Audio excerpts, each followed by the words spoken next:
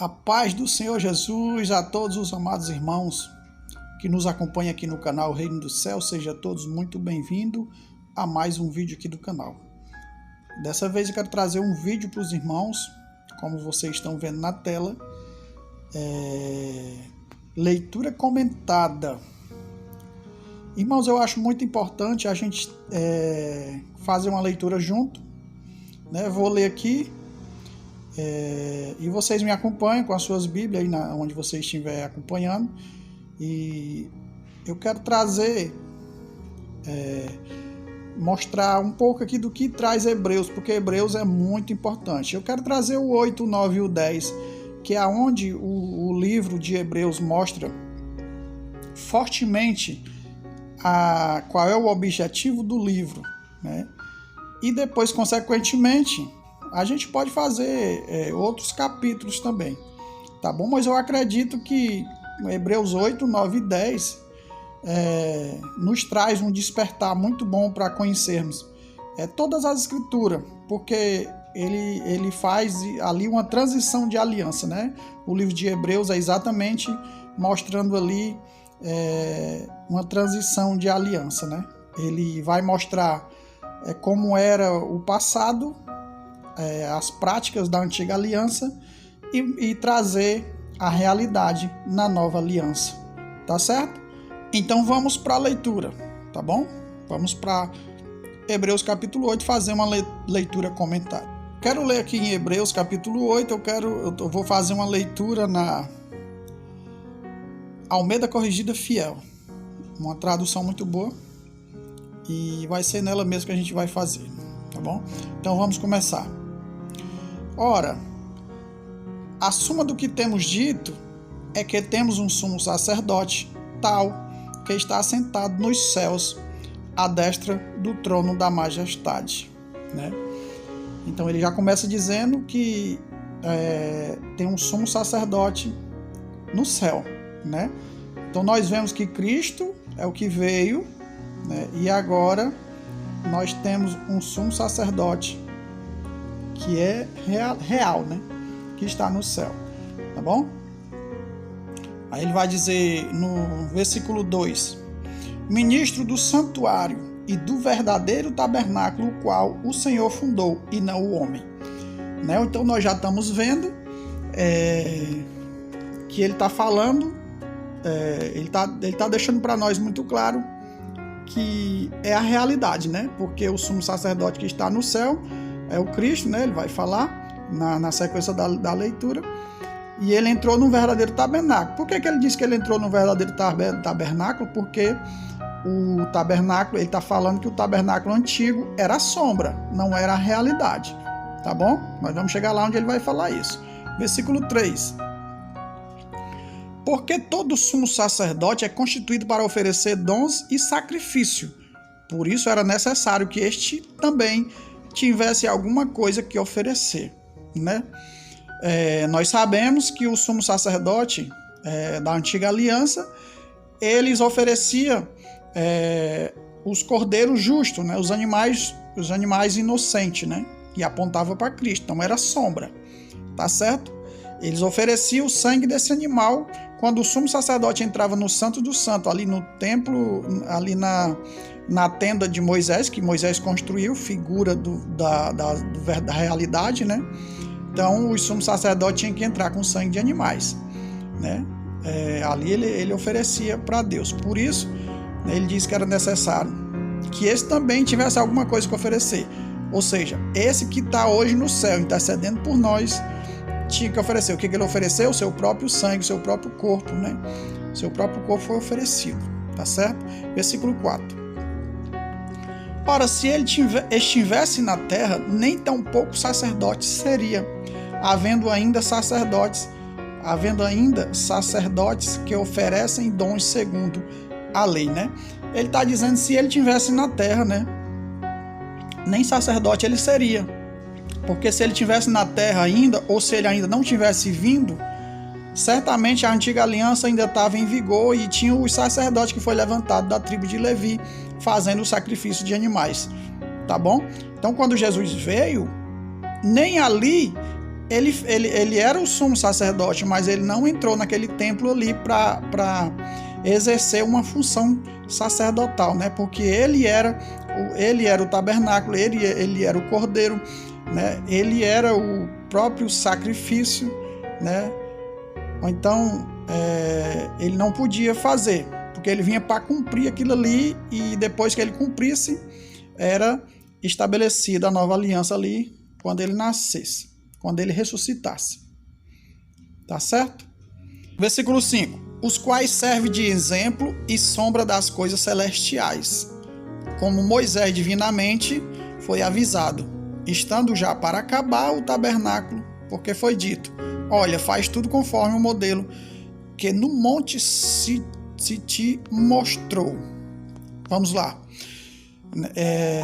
Ele está dizendo que aqueles que serviam, os quais eram exemplo e sombras, né? Aqui,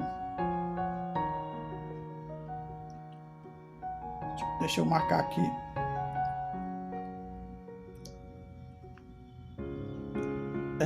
Eles eram exemplo e sombra das coisas celestiais, tá certo? Eles eram sombra. E o que é uma sombra?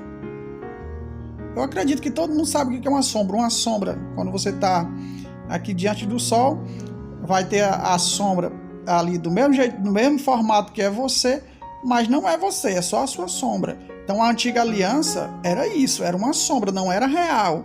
Não era real. Era uma sombra. A realidade foi Cristo. E quando Cristo veio, ele teve que fazer essa transição, né? Ele teve que fazer essa transição. Enquanto ele estava vivo, ele estava exatamente nessa transição, né? Ali, quando Jesus começa o seu ministério com 30 anos, até os 33 anos e meio, 3 anos e meio ali, foi a transição das alianças. Jesus estava cumprindo uma e já estabelecendo outra. Tá certo? Então, quando ele morre, ele traz a nova aliança, né? Olha aqui.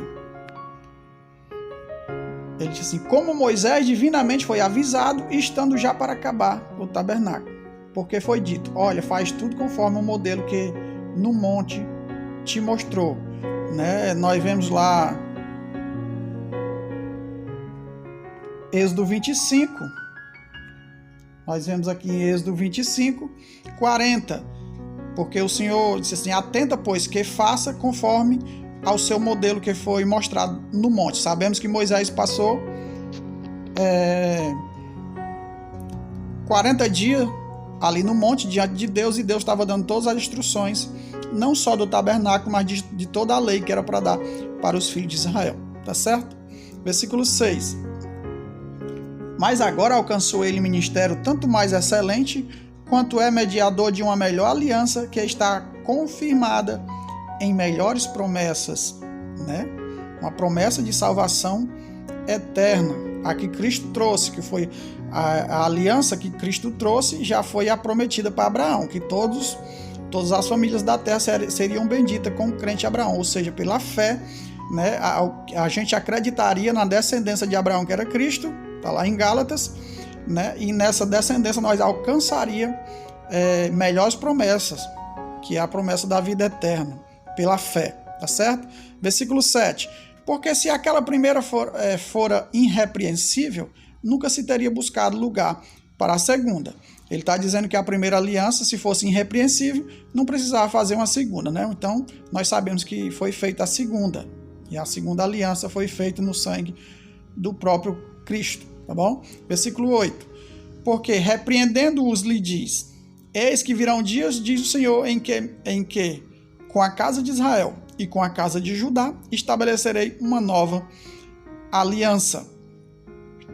Aqui ele está usando o texto de Jeremias capítulo 31, versículo 31 em diante, tá bom? É exatamente o mesmo texto, que ele diz que faz uma aliança com a casa de Judá e com a casa de Israel.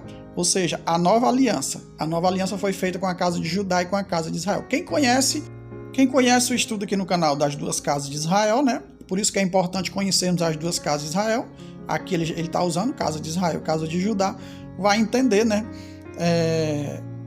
Vai entender os fundamentos principais que se deveriam terem aprendido nos dias de hoje na nova aliança, tá certo?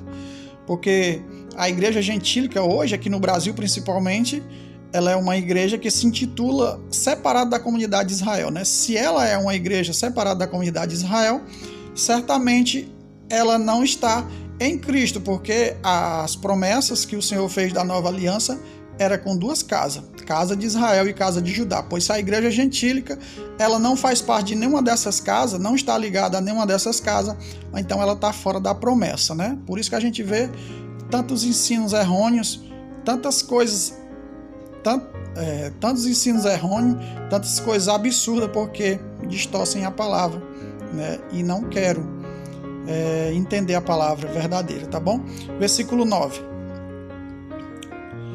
Não segundo a aliança que fiz com seus pais no dia em que eu os tomei pela mão para os tirar da terra do Egito, como não permaneceram naquela minha aliança, eu para eles não atentei, diz o Senhor, né? Porque o Senhor queria fazer, irmãos, o Senhor queria ali em Êxodo 19, um casamento que ele fez com o povo, Deus já queria fazer a sua congregação, alcançando todas as pessoas, tá bom?